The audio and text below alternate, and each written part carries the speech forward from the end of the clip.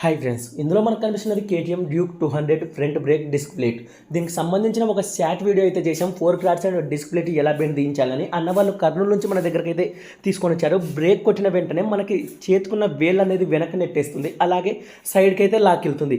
అలా జరగడానికి గల కారణం ఏమిటంటే దీనికి డిస్క్ ప్లేట్ అయితే బెండ్ అయింది. మీరు ఇందులో అయితే గమనించవచ్చు. మనం అక్కడ చెక్ చేస్తే ఒక చోట మాత్రం దానికైతే టచ్ అవుతుంది. అది టచ్ అయ్యే చోట మనం చాక్ పీస్తో మార్క్ పెట్టించి అక్కడ బెండ్ తీపించడం అయితే జరుగుతుంది. చాలామంది అయితే కాల్ చేసి అయితే అడుగుతున్నారు, మా బైక్ డిస్క్ ప్లేట్ కూడా బెండ్ ఉందని. వాళ్ళందరికీ నేను చెప్పడం ఏమిటంటే, డిస్క్ ప్లేట్ బెండ్ తీయించామంటే 100% అయితే రాదు, ఒక 70% 80% వరకు అయితే వస్తుంది, కానీ 100% దాన్ని బెండ్ తీయడం అయితే రాదు.